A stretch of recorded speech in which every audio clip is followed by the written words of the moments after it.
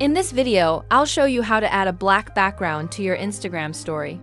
The process is simple, so let's get started by opening your Instagram app.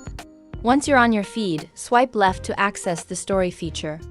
By default, your camera will be active, so there's no background yet. To create a background, tap on the icon to enter the create mode. Now, you'll see a default background, which might be a different color, such as yellow. Here's how you can change it. Tap on the small circle in the bottom right corner to cycle through the available background colors. Keep tapping until you find the black background.